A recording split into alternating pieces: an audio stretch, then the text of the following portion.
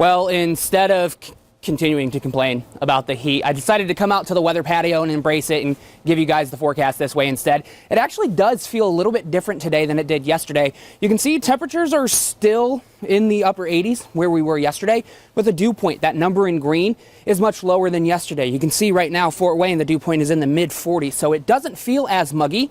And there's been a little bit of a breeze today. Sustained winds have been anywhere between 5 to 15 miles per hour.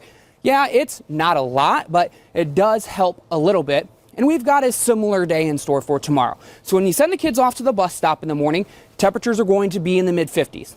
Quite a bit chillier than where we're going to be in the afternoon, because those afternoon temperatures are going to be in the mid 80s. 1 or 2 degrees cooler than today, but still it's going to be warm, and it will be dry. The humidity tracker is still low for Monday into parts of Tuesday, but we can see the mugginess starting to increase midweek. That's going to come along with a little bit of a pattern change, but that mugginess, as well as a little bit of cloud cover, is actually going to help us be cooler for the middle part of the week. So you can see temperatures are dropping down into the low 80s on Tuesday, Wednesday, and into Thursday, thanks to that humidity and that little bit of cloud cover. That cloud cover is going to come from that tropical system that's just been upgraded to a potential tropical cyclone, which would eventually become Helene. Helene is forecast to move ashore of the Carolinas early the next week, and then it's going to start to push our way. However, I don't believe that tropical system is going to move into our area really and impact us in any significant way. Yes, there might be some rainfall from that system in parts of eastern Ohio, but I just don't believe at this point it's going to make it far enough west to bring us any impacts outside of some cloud cover. So that's why the rain chance is there, but it's very minimal on Wednesday and Thursday. I still think Wednesday and Thursday of next week is going to be dry, but the best chance for a stray rain shower, if it happens, is going to be east of I-69, which we do need the rain because 2024 so far for the month of September is ranking the 4th driest September on record, dating back over 100 years. I think we've got some rain chances coming for the month of September still, but it doesn't look like it's going to be happening anytime soon.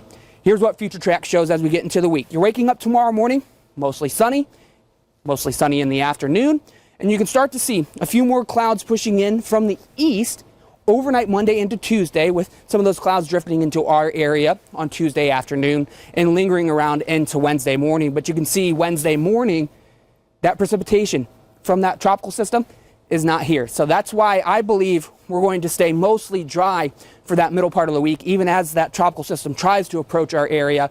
But it does keep us cooler, like I mentioned, thanks to the cloud cover, but it is brief. You can see Friday, we're back in the mid 80s, and then Kara, on Saturday and Sunday of next week, we are back into the upper 80s, but it does look like we're going to see maybe some meaningful relief coming next week, maybe late Monday into Tuesday. So yes, it's not within the next 7 days, but we could see a little bit of relief coming at least within the next week and a half. All right, Caleb, I got to know, how badly are you sweating out there?